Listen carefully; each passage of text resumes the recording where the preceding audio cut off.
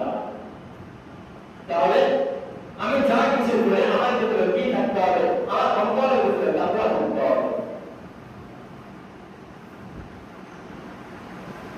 স্বয়ং আল্লাহ তাআলার নির্দেশ নিদর্শন সমূহের মধ্যে থেকে একটা নিদর্শন আল্লাহ তাআলা আমাদের জন্য দিয়েছেন। ওয়াল-বুদনা জাআলনাহা লাকুম মিন শাআইরিল্লাহি লাকুম ফীহা খায়র।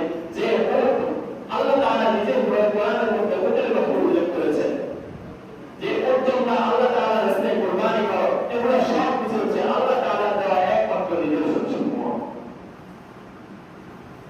ফাদকুরুল্লাহ আলাইহা সাওয়াব। যখন তোমরা সেগুলোতে কাতার বদ্ধ করে দাঁড় করাবে, তখন তোমরা আল্লাহ তাআলার নাম নিয়ে সেগুলো জবাই করো। এই জন্য কুরবানির পশু যখন জবাই করা হবে, তখন আল্লাহ তাআলার নাম থাকতে হবে, আল্লাহ তাআলার নাম নিয়ে কুরবানির পশু জবাই করতে হবে। এটা মাসালার ক্ষেত্রে আছে যে আপনি আল্লাহ তাআলার নাম নিতে হবে, কিন্তু মুসলমানরা যদি নাম না নেয় তাহলে সমস্যা নেই। কারণ আমার মনের ভিতরে অন্তরের ভিতরে থাকে তো আমি একমাত্র